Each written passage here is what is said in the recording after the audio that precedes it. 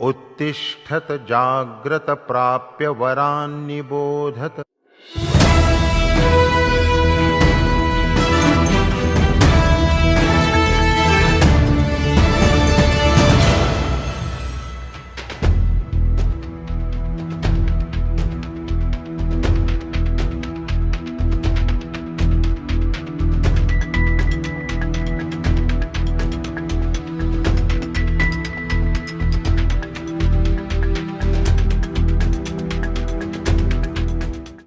নমস্কার।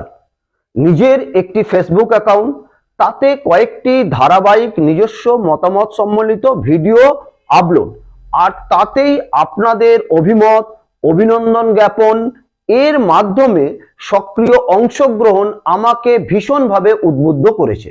হ্যাঁ, আমি সৌমেন বলছি। একটি সংক্ষিপ্ত 1 মিনিটের ভিডিও আপনাদের সঙ্গে শেয়ার করেছিলাম।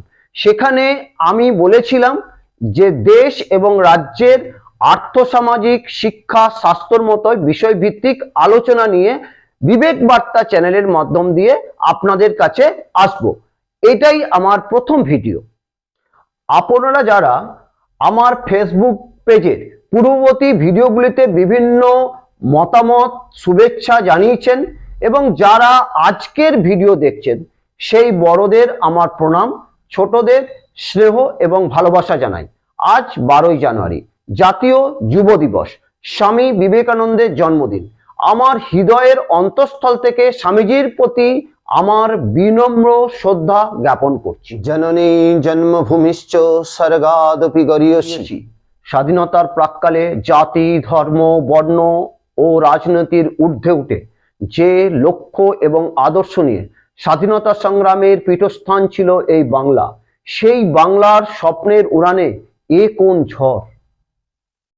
বাংলা কি রাজনৈতিক হানাহানি, রন্ধ্রে রন্ধ্রে দুর্নীতি, সাম্প্রদায়িকতা, আত্মকেন্দ্রিকতার চক্রব্যূহের মধ্যে প্রবেশ করছে?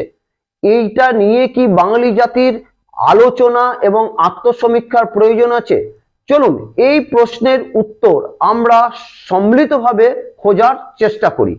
আমি এপিসোড ভিত্তিক ভিডিও আপনাদের সামনে নিয়ে আসব। এর পাশাপাশি আমার লাইভ অনুষ্ঠানেও আপনাদেরকে স্বাগত জানাই এবং আপনাদেরকে পাশে পেতে চাই। সাবস্ক্রাইবের মাধ্যমে আমাদের গঠনমূলক যাত্রা, সেই যাত্রার সঙ্গে আপনারা সামিল হন। জাতি, ধর্ম, রাজনীতি ভেদাভেদের ঊর্ধ্বে প্রতিটি আলোচনায় অংশগ্রহণের মাধ্যমে চ্যানেলকে আরো সমৃদ্ধ করুন। আজ এই পর্যন্ত। আগামী 17 তারিখ আবার আসছি আমার প্রথম পর্ব নিয়ে।